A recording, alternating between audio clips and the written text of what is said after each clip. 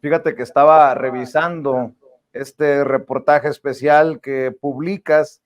en la más reciente edición de la revista Contralínea. Les encargo que revisen todos los detalles en www.contralinea.com.mx y escribías, querida Nancy,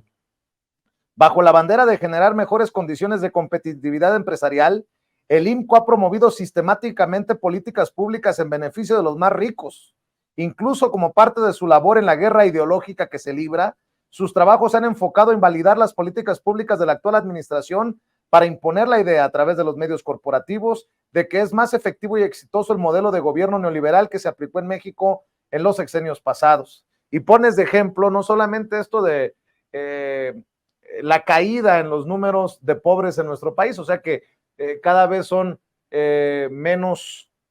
pobres en la gente, entre la gente de a pie, sino que pones también este tema que está en boga, que es muy mediático, la discusión pública de la llamada nueva escuela mexicana, los libros de texto gratuitos, que ha desatado una de las peores campañas de desprestigio, llegando al extremo de inventar que se trataba de dispersar el virus comunista.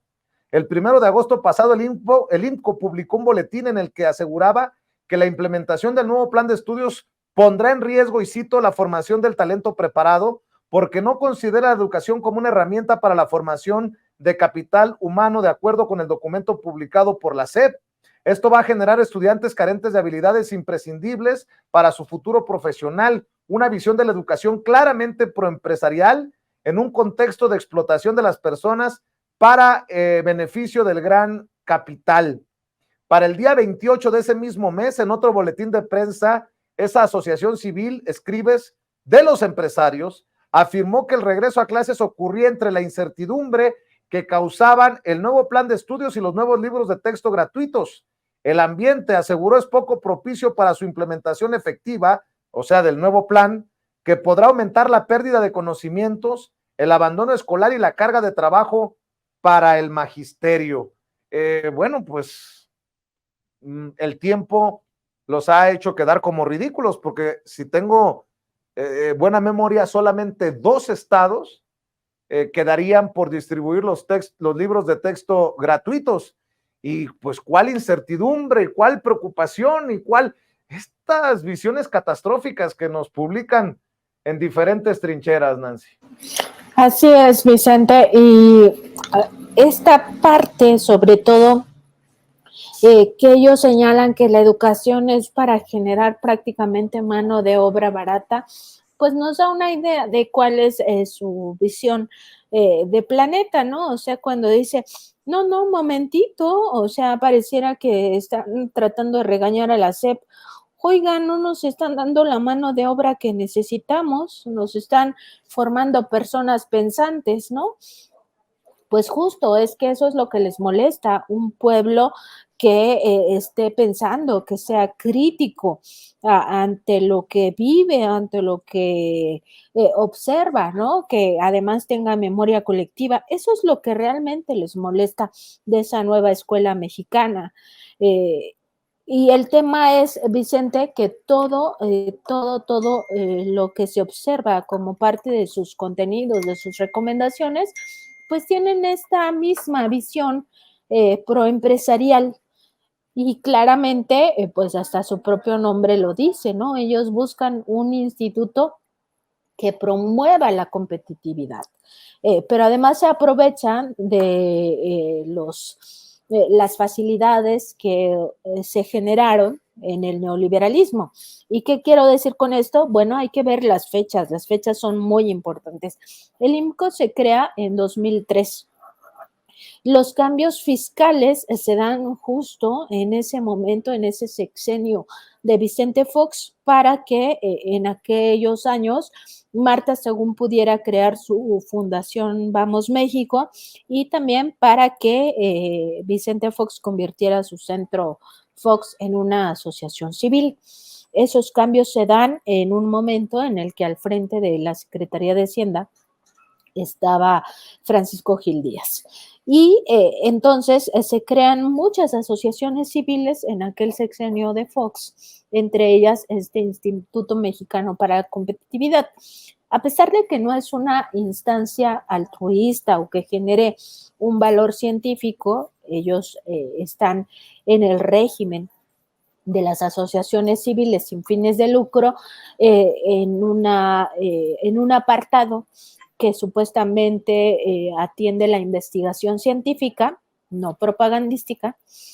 Ahí se inscribe su área, pues se han aprovechado de esto porque es un gran negocio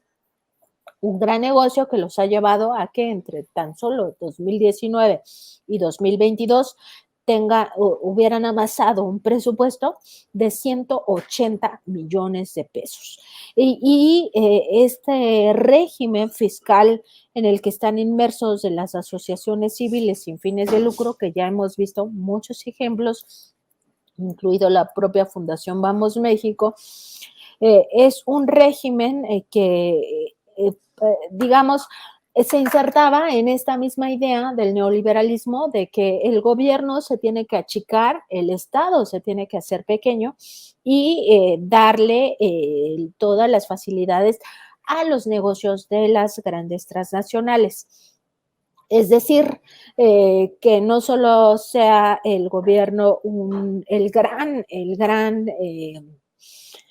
contratista, ¿no? Que todos estos se vuelvan los contratistas, todas estas empresas, porque el gobierno ya solo es gerente de contratos, sino que además permita a la sociedad civil organizada estar atendiendo las áreas que el gobierno pues no puede, y no puede porque es corrupto, y no puede porque nada le sale bien según esta visión neoliberal. Entonces se generan estas asociaciones civiles que supuestamente dan lo que el gobierno no da y por tanto captan dinero que debía de ir a la hacienda pública. Es decir, son deducibles de impuestos todas las donaciones. ¿Esto qué significa en los hechos? Pues que todas estas corporaciones, en vez de pagar ese dinero al gobierno para que el gobierno tenga dinero para los programas sociales, como la pensión para adultos mayores, como la ayuda o pensión para personas con discapacidad, o la beca para los estudiantes o el Jóvenes Construyendo el Futuro, todo eso, pues no, porque lo van a dar estas organizaciones altruistas, ¿no? Tampoco que no tenga dinero para infraestructura, no importa, o sea, porque ellos van a hacer los caminos, ellos van a aportar este capital a las comunidades más pobres. Eso es una falacia, o sea, desde que se impulsó toda esta idea de las asociaciones civiles, supuestamente sin fines de lucro, por supuesto hay unas mucho más anteriores, pero muchas se aprovecharon de esa coyuntura del foxismo,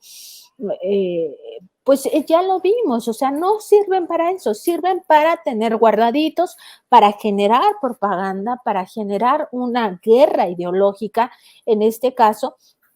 y el IMCO se inserta perfectamente en ese esquema de que además con dinero que debió de haber ido a la hacienda pública se financian las campañas negras contra el primer gobierno progresista que ha vivido nuestro país después de muchos, muchos años,